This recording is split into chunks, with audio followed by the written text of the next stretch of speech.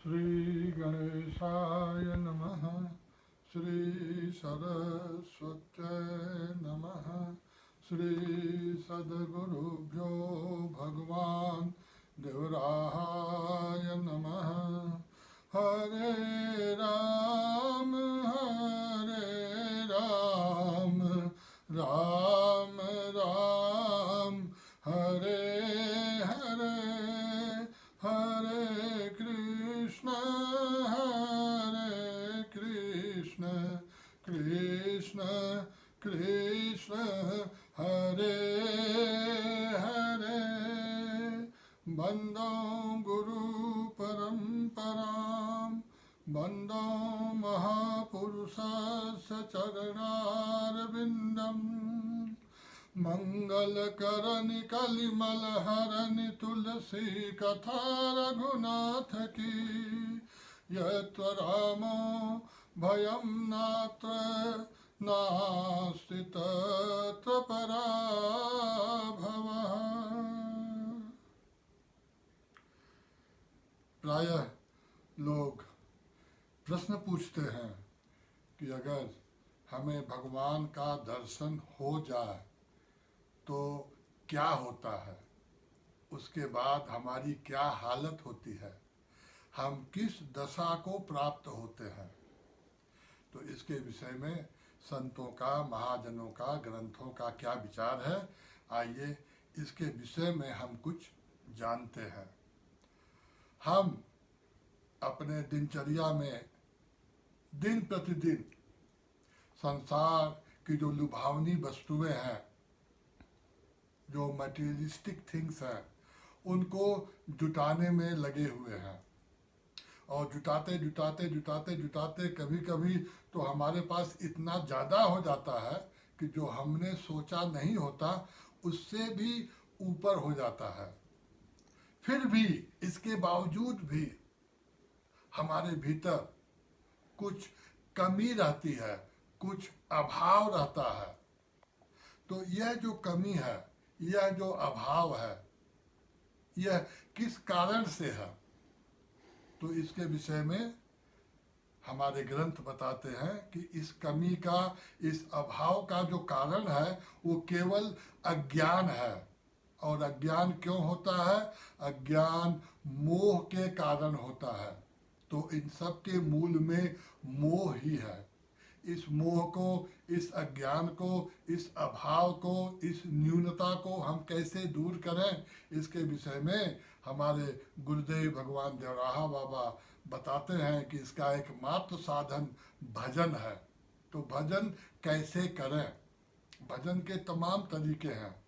आज एक तरीके की बात करते हैं। बाबा बताते हैं कि आदमी अपने आप को संसार से विमुख कर ले और उसके बाद अपने आप को भगवान के सम्मुख ले आवे। और भगवान के सम्मुख आने के बाद जो अपना प्रेम है वो प्रकट करे। ये जो तीन बातें हैं, ये जो तीन काम हैं, अगर हम करते हैं तो इसका भी नाम भजन है। आइए रामचरितमानस ग्रंथ में भगवान राम खुद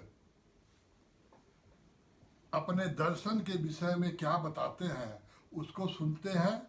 और गोस्वामी तुलसीदास महाराज की लेखनी लिखती है। बाबा जी कहते हैं, मम दर्शन फल परम अनूप, जीव पाव निज सहज स्वरूप। श्री राम जय राम, जय जय राम, जय श्री राम, जय जय श्री राम। भगवान राम स्वयं कहते हैं कि जो मेरे दर्शन का फल है वो परम है। परम का अर्थ ये होता है कि there is nothing beyond it, इसके आगे कुछ नहीं है। परम अनुपा, बिल्कुल अनुपम है, अनोखा है। विशिष्ट है। और फिर जब एक बार भगवान का दर्शन हो जाए तो उसके बाद जीव के साथ क्या होता है, भक्त की क्या हालत होती है, तो भगवान बताते हैं कि जीव पाव निज सहज स्वरूपा, कि जीव को निजता मिलती है। और जो सहजता है, जो उसका स्वरूप है, सहज में रखने का, सहज में रहने का, सदैव सहज बने रहना। सहज का मतलब है भगवान राम को जो है तुलसीदास जी महाराज ने बताया है कि राम सच्चिदानंद दिनेशा, कि भगवान का जो स्वरूप है वो सच्चिदानंद है। और भगवान राम के ही हम वंशज हैं, उनके ही हम आत्मा हैं। तो ये जो सच्चिदानंद है, ये जो सत्य है, ये जो चित्त है, ये जो आनंद है, जब भगवान का दर्शन होता है तो ये वस्तुएं हमारे अंदर आती हैं। और जो हमारे अंदर अंधकार है, जो अपूर्णता है, जो न्यूनता है, जो अज्ञान है, वो सब भाग जाता है।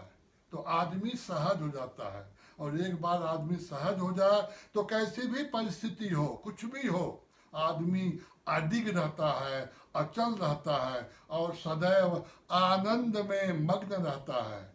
यह सर्वोच्च अवस्था है जीव की, कि उसे आनंद मिले, वो आनंद में रहे। पायो परम विश्राम, राम समान प्रभु नहीं कहूँ। हर हर महादेव, जय सिया राम। ओम शांति शांति शांति।